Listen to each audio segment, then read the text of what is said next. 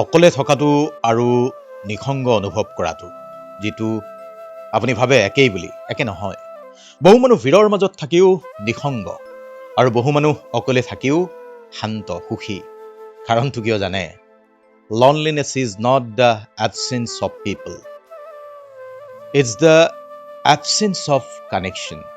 বুজি পাইছে? যেতিয়া আপোনাৰ হৃদয়ৰ কথাবোৰ কাকো আপুনি ক'ব নোৱাৰা হয়, যেতিয়া আপুনি হাঁহিবলৈ লয় কিন্তু ভিতৰত আপোনাৰ দুখ যন্ত্ৰণা থাকে, সেইটোৱে নিসংগতা।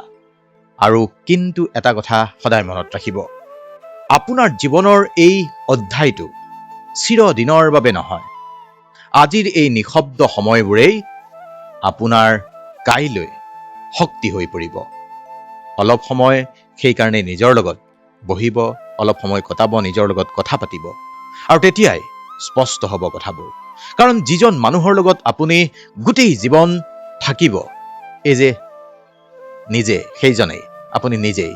নিজৰ সংগ উপভোগ কৰিবলৈ শিকক, আৰু তেতিয়া এই পৃথিৱী সঁচাকৈয়ে সুন্দৰ হৈ পৰিব। শান্তিও লাহে লাহে আপোনাৰ জীৱনলৈ ঘূৰি আহিব। কমেণ্ট কৰিব, আৰু ফ'ল' কৰা নাই যদি ফ'ল' কৰি ল'ব।